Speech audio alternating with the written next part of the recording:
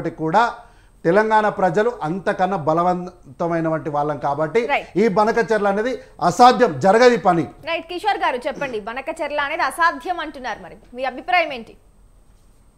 Madam, ఇప్పుడు చంద్రబాబు నాయుడు గారు ఇప్పుడు ఇక్కడ ఒక ప్రాబ్లం వచ్చింది మేడం. ఎందుకంటే ఈ రోజున బీజేపీ అనేది జాతీయ పార్టీ. సో ఈ రోజున ప్రతి స్టేట్ కూడా ఒక సీఎం ఉంటారు, కేంద్ర స్థాయిలో మన నరేంద్ర మోడీ గారు ప్రధానమంత్రి కింద ఉన్నారు. అంటే ఇప్పుడు ఇన్ కేస్ ఆఫ్ మహారాష్ట్రలో ఒక బీజేపీ సీఎం ఉన్నారనుకోండి, అక్కడ ఉన్న ప్రాబ్లమ్స్ ఆయన మాట్లాడతారు. ఒకడేమైనా ఇష్యూస్ దాని మీద ఎస్కలేషన్ కింద కేంద్ర ప్రభుత్వం మాట్లాడుతుంది. సో ఇక్కడ కూడా కాంగ్రెస్ పార్టీ అనేది కేవలం తెలంగాణకు సంబంధించింది కాదు, గుర్తుపెట్టుకోండి, అది జాతీయ పార్టీ. అంటే ఇక్కడ కర్ణాటకలో ఉంది, ఇంకో చాట ఉంది, అన్ని ప్లేస్ లో ఉంది. అలాగే ఇక్కడ సమస్య వచ్చినప్పుడు కేవలం రేవంత్ రెడ్డి గారు మాత్రమే మాట్లాడతారు తెలంగాణ గురించి.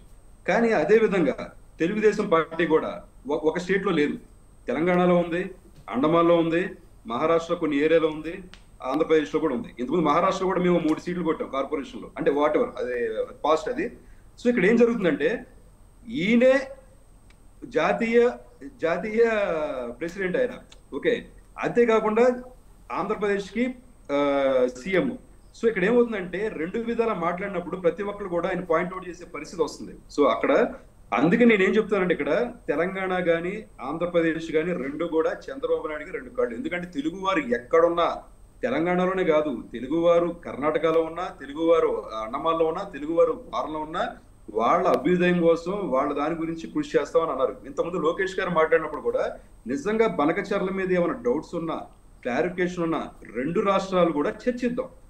ఎప్పుడు కూడా చర్చలు అనేది ఏంటంటే అది సఫలీకృతం అవుతాయి. ఒకవేళ ఓకే, ఇప్పుడు ఆంధ్రప్రదేశ్ వాళ్ళ వర్షన్ వాళ్ళు చెప్తారు, తెలంగాణ వర్షన్ వీళ్ళు చెప్తారు. సో దాన్ని బట్టి ఏదైతే కరెక్ట్ ఉంటుందో చూస్తుంది. దీని అంతటి కూడా పెద్దన్న పాత్ర వహించాల్సింది ఎవరు? BJP party. ఎందుకంటే ఇప్పుడు మనం బీజేపీ పార్టీ కూడా తెలంగాణలో ఎంతవరకు ఉందో అదొక విషయం. అంతేకాదు కేంద్ర ప్రభుత్వం కూడా అధికారం ఉంది కాబట్టి రెండింటి మధ్యలో సామరస్యంగా ఇష్యూని సాల్వ్ చేసిన బాధ్యత బీజేపీ కూడా ఉంది. ఖచ్చితంగా కూడా బనకచెర్ల ప్రాజెక్టు వల్ల 100% రెండు రాష్ట్రాలు కూడా ఉపయోగం. కానీ కొన్ని సమస్యలు ఉన్నాయి.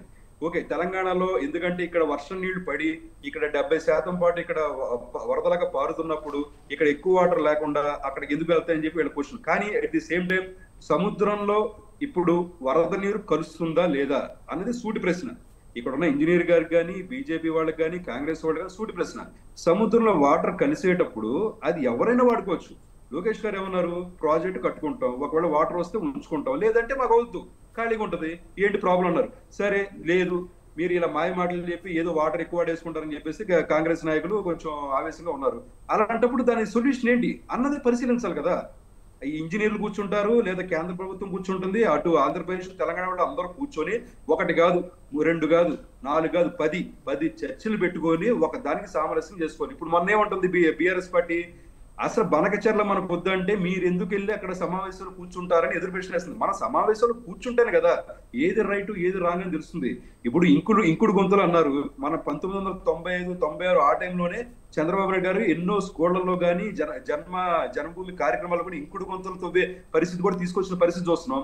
అదే విధంగా రాయలసీమలో అంత నీట్ గా వాటర్ పడి అంత సస్యశ్యామలంగా పంట పొలాలు పండుతున్ననుకోండి, దీని గురించి ఆలోచించాల్సిన సమస్య లేదు. అలాంటి అవకాశం ఉందో లేదో ఆల్రెడీ చంద్రబాబు నాయుడు గారు ఆలోచించుంటారు. అంతేకాకుండా ఆంధ్రప్రదేశ్ కూడా ఇంజనీర్లు ఉన్నారు, వీళ్ళు కూడా ఆలోచించుంటారు. ఒకవేళ నిజంగా తెలంగాణ ఇంజనీర్లు వచ్చినా సరే మనం అక్కడికి వెళ్ళి బాబు ఇది చేసుకోవచ్చు కదా, ఇది ఎందుకు చేయడం క్వశ్చన్ అడుగుతారు. ఫస్ట్ మనం ఏం చేయాలంటే చర్చించుకోవాలి. రెండు కూడా మనం ఏంటంటే తెలంగాణ అటు ఆంధ్ర వాళ్ళు కూడా ఇద్దరు కూడా అన్నదమ్ముల్లాగా విడిపోయిన తర్వాత ఎవరు పరిపాలన వాళ్ళు చేసుకుంటున్నారు. కానీ ఇద్దరు కూడా అన్నదమ్ములకు ఉంటే పరిపాలన ఏముంటాయి? ఇప్పుడు ఒక తండ్రి వచ్చేటప్పటికి పెద్దానికి ఆశిస్తాడు, చిన్నానికి ఆశిస్తాడు. ఇద్దరు కూడా ఎప్పుడైనా గొడవలు వచ్చినప్పుడు సామరస్యం చెప్తాడు. ఆ పెద్దన్న పాత్ర బీజేపీ కూడా వహించాల్సిన అవసరం ఉంది. ఎంతసేపు కూడా చంద్రబాబు నాయుడు గారు ఎదన్నారంటే చెప్పా కదా, ఇక్కడ ఒకటే సమస్య, ఆయన జాతీయ నాయకులు ఆయనే, at the same time Andhra Pradesh CM ఆయనే. సో ప్రతి ఒక్కరు కూడా సమాధానం చెప్తున్నారు కాబట్టి ఆయనకి ఏంటంటే వీళ్ళు కొంచెం విలన్లా కనిపిస్తున్నారు. ఖచ్చితంగా ఈ రోజు మొన్న కూడా మన రామ్మోహన్ రెడ్డి కూడా చెప్పారు, వరంగల్ కి సంబంధించి ఎయిర్పోర్ట్ సంబంధించి ఏవైతే మౌలిక అవసరాలు ఉన్నాయో ప్రతి ఒక్కరు కూడా నేను సమకూరుస్తా అని చెప్పి ఆయన తీసుకున్నారు. ఎందుకంటే కేంద్రంలో ఉన్న తెలుగుదేశం పార్టీ మినిస్టర్ ఆయన కూడా తీసుకున్నాడు అలాగా. సో అదే విధంగా మనం ఆంధ్ర వాళ్ళతో మనకి చాలా అవసరాలు ఉంటాయి, అంతేకాకుండా తెలంగాణ కూడా వాళ్ళకి అవసరాలు ఉన్నాయి. ఈ రోజున 80 లక్షల నుంచి 1 కోటి మంది వరకు ఆంధ్ర వాళ్ళు హైదరాబాద్ లో ఉన్నారన్నా వాళ్ళు అక్కడ ట్యాక్స్లు పే చేయట్లా, ఇక్కడ తెలంగాణకి ట్యాక్స్లు పే చేస్తున్నారు. సో ఇవన్నీ కూడా దృష్టిలో పెట్టుకొని మనం రెండు రాష్ట్రాలు కూడా కూర్చుంటే ఈ ఇష్యూ అనేది సామరస్యం అవుతుంది. బీఆర్ఎస్ ఇప్పుడు ఆయన ఏంటంటే అన్నారు కాళేశ్వరం ఏమో ఎండబెట్టట్లేదు. మరి 18 నెలల పాటు మీరు ఏం చేశారు? 18 నెలల పాటు కాళేశ్వరాన్ని బాగు చేయడం సరే, అది మీరు కరెక్ట్ గానే చేశారు, కానీ విధానాలు తప్పు అంటున్నారు. మరి అది కరెక్ట్ చేయొచ్చు కదా, ఇంకెన్నాళ్ళు సరిపెడతారు? మీరు 17 కూడా ఢిల్లీ వెళ్తున్నారు, వారానికి 2-3 సార్లు వెళ్ళినప్పుడు మాకు కాళేశ్వరం ఓన్లీ సబ్మిషన్ సార్, అది చెయ్యలేమనే నేను అది చెప్తేనే సారే నన్ను కరెక్షన్ చేసినారు. ఇంతకుముందు గోవర్ధన్ సార్ ఏమన్నారు, అది ఫౌండేషన్తో సహా కూడా చేయలేమని సార్ ఇంతకుముందు అదే మనల్ని కరెక్ట్ చేసింది కూడా. సార్ ఆమె కరెక్ట్, అది చెయ్యలేము సార్. దాన్ని కాళేశ్వరం అనేది పనికిరాని ప్రాజెక్ట్ అది. సార్ నేనేమంటున్నాను, ఈ రోజున పోలవరం అనేది జాతీయ ప్రాజెక్ట్ కింద కేంద్రం డిక్లేర్ చేసింది. నేనేమంటున్నాను, అక్కడ బనకచెర్ల అనేది తప్పు అని అంటున్నావు. ఓకే కరెక్ట్, ఓకే బనకచెర్ల మీద తప్పు అని అనుకుందాం. మరి తెలంగాణలో రేపు పొద్దున వచ్చే సంవత్సరం కూడా వరద నీరు పోకుండా మనం హోల్డ్ చేసుకోవాలి కదా. దానికి మీరు ఎక్కడ ఏం చేయాలి? ఇచ్చంపల్లి అందుకే స్టార్ట్ చేస్తుంది. ఇంతవరకు ఎక్కడ వినపట్లేదు అది. ఇప్పుడు ఆ మాట ఎవరి నుంచి రావాలి? మీ నీటిపారుదల శాఖ మంత్రి ఎవరున్నారు కాంగ్రెస్ పార్టీ నుంచి, ఆయన మాట్లాడాలి. మీరు బనకచెర్లు అడుగుతున్నారు, 80,000 కోట్లు అడుగుతున్నారు కాబట్టి మాకు 20,000 కోట్లు ఇవ్వండి మా ప్రాజెక్ట్ కి. ఎక్కడ మాట్లాడుతున్నారు మీరు?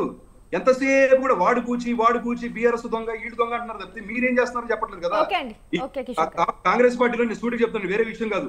కాంగ్రెస్ పార్టీ నేను ఒకటి హితవు కూడా చెప్తున్నా, కాంగ్రెస్ పార్టీకి కమ్యూనికేషన్ ప్రాబ్లం ఫస్ట్ నుంచి ఉంది.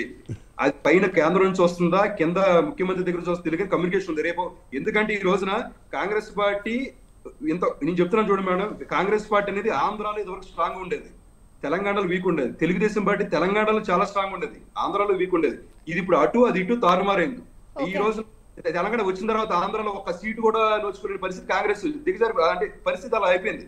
కానీ ఈ రోజున వాళ్ళ కమ్యూనికేషన్ అనేది ఇంకా సరిదిద్దుకోకుండా ఇదే నెపంలో వెళ్తే వాళ్ళు వచ్చే సంవత్సరాల్లో కూడా వాళ్ళకి చాలా తీవ్రమైన పరిణామాలు ఎదురు చూస్తారు.